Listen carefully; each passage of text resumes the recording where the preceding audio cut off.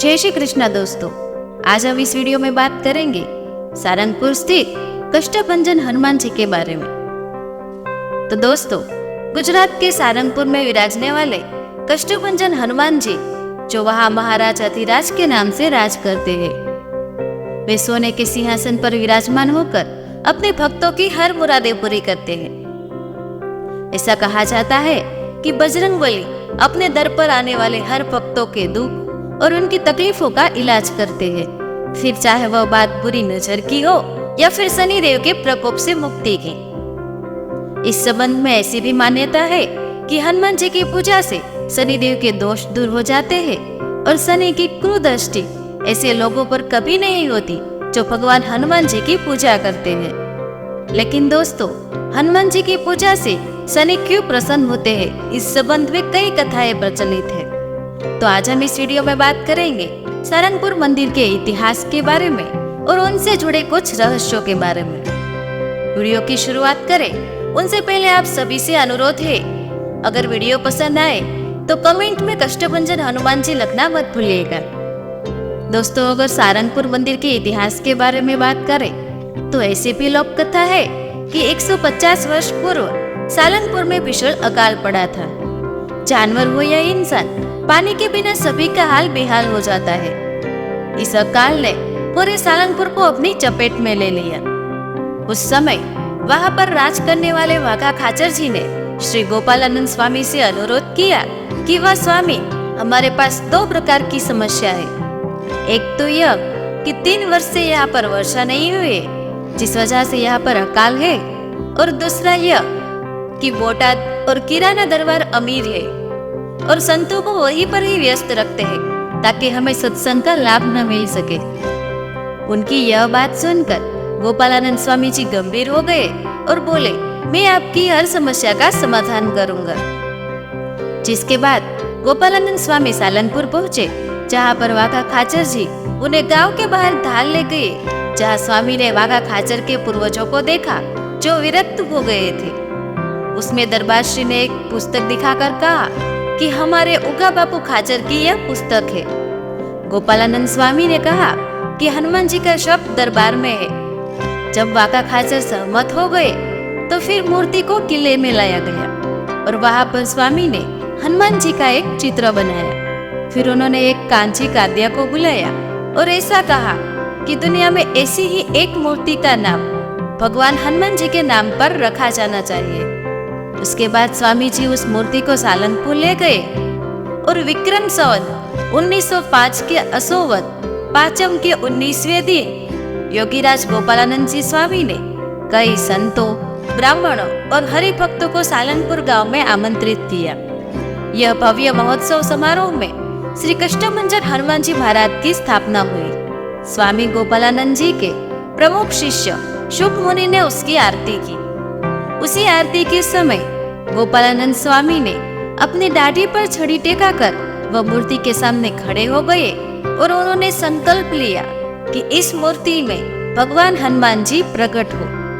फिर 5वें चरण की आरती के बाद वह मूर्ति हिलने लगी और खिलखिलाहट हंसने लगी।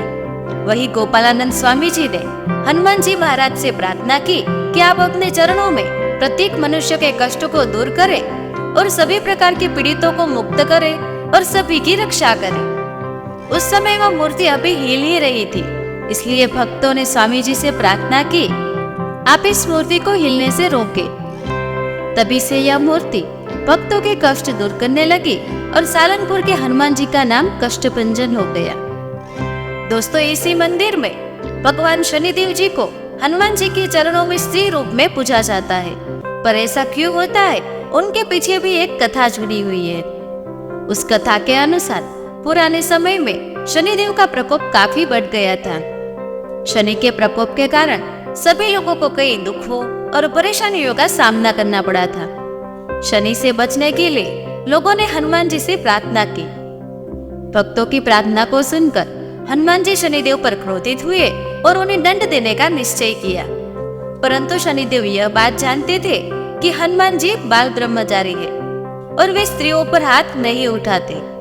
यही वजह थी कि हनुमान जी के क्रोध से बचने के लिए शनिदेव ने स्त्री का रूप धारण कर लिया और हनुमान जी के चरणों में गिरकर क्षमा मांगने लगे। वही हनुमान जी ने शनिदेव को क्षमा तो कर दिया, लेकिन शनिदेव ने हनुमान से कहा कि उनके भक्तों पर शनि दोष का असर नहीं होगा।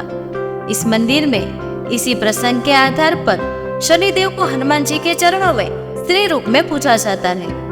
भक्तों के कष्टों का निवारण करने की वजह से इस मंदिर को कष्टभंजन हनुमान जी मंदिर के नाम से भी जाना जाता है। ऐसा भी कहा जाता है कि अगर किसी की कुंडली में शनि दोष हो तो कष्टभंजन हनुमान के दर्शन और पूजा अर्चना करने से उनके सभी दोष खत्म हो जाते हैं।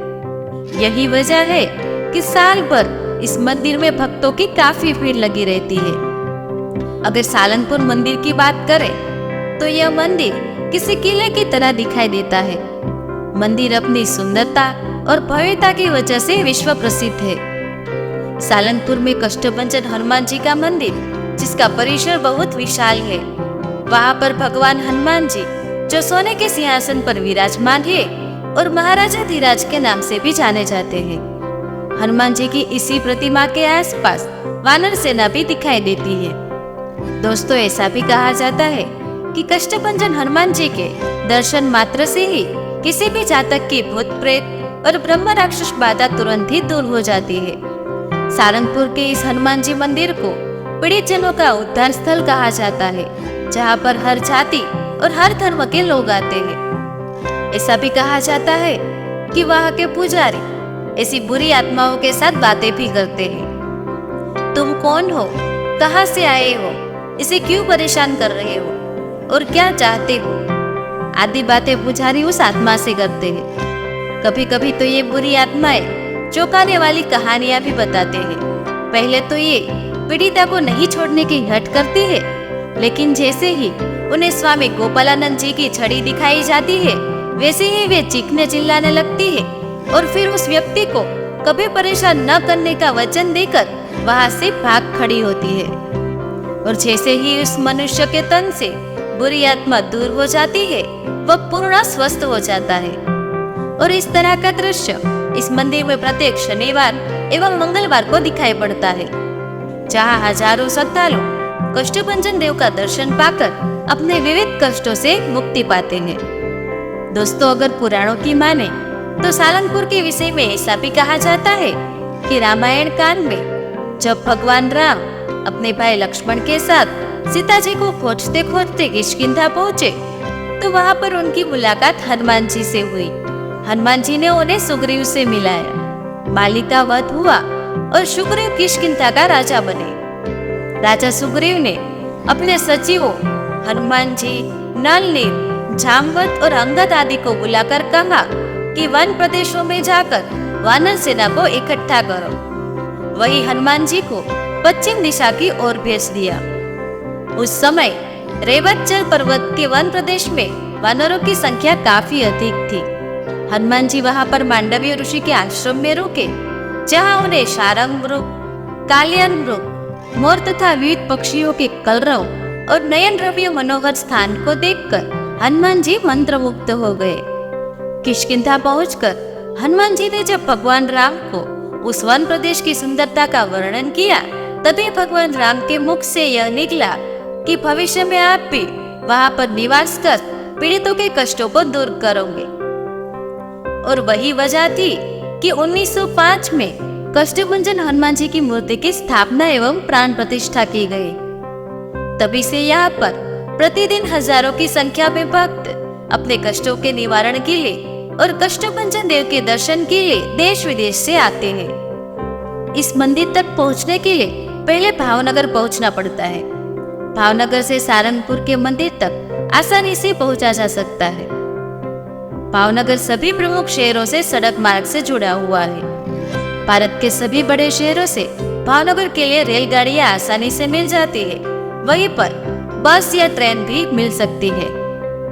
तो दोस्तों, सारंगपुर में विराजने वाले कष्टभंजन हनुमान जी से जुड़ा यह वीडियो आपको कैसा लगा, कमेंट में जरूर बताएं।